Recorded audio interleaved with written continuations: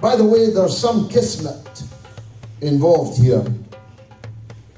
I won the Bradford West by-election on the 29th of the month.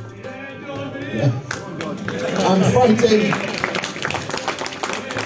Brother, thank you. I see many friends actually from that campaign, and I'm glad to see them.